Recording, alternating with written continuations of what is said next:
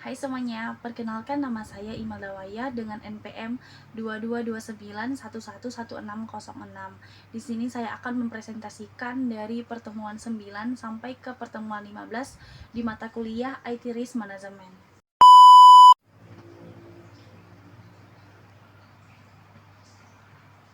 Yang pertama yang ada itu manajemen risiko teknologi informasi. Di manajemen risiko teknologi informasi terbagi atas 3 proses manajemen risiko. Yang pertama risk assessment, risk mitigation, dan risk evaluation. Risk assessment adalah proses sistematis untuk mengidentifikasi, menganalisis, dan mengevaluasi risiko yang mungkin dihadapi oleh suatu organisasi, proyek, atau individu. Tujuan utama dari risk assessment adalah untuk memahami risiko yang ada, menilai tingkat keparahannya, dan mengembangkan strategi untuk mengelola atau meminimalkan dampak negatif yang mungkin terjadi. Kemudian risk mitigation adalah proses mengidentifikasi, menganalisis, dan mengambil langkah-langkah untuk mengurangi atau menghilangkan risiko yang dapat mempengaruhi suatu proyek, organisasi, atau individu. Strategi mitigation terbagi atas 4 bagian. Yang pertama, menghindari risiko, mengurangi risiko, menerima risiko, dan mentransfer risiko. Yang ketiga ada risk revolution. Risk revolution adalah konsep yang mengacu pada perubahan besar dalam cara manajemen risiko dilakukan dalam organisasi atau industri tertentu. Kemudian framework manajemen risiko informasi.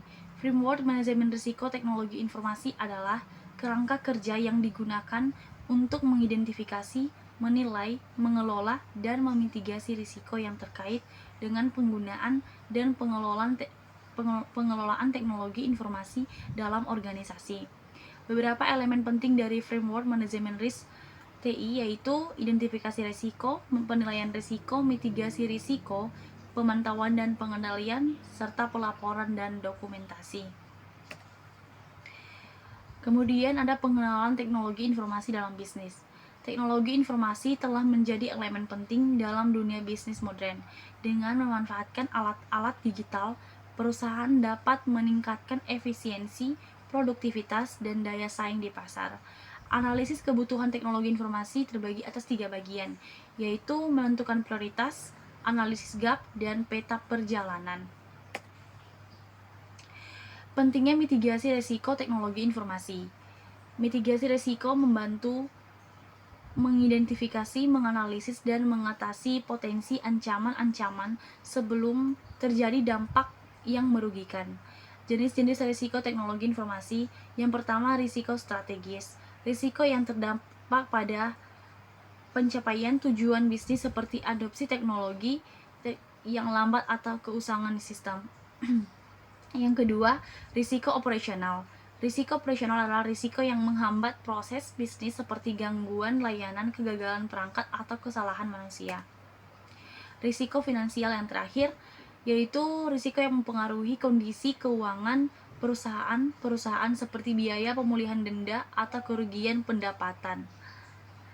Dalam memahami risiko teknologi informasi terbagi atas 3 bagian. Yang pertama, ancaman siber, kegagalan sistem, dan kebocoran data. Pentingnya audit sistem informasi. Audit sistem informasi adalah proses pemeriksaan dan evaluasi sistem terhadap sistem informasi organisasi. Tujuan dan manfaat audit sistem informasi.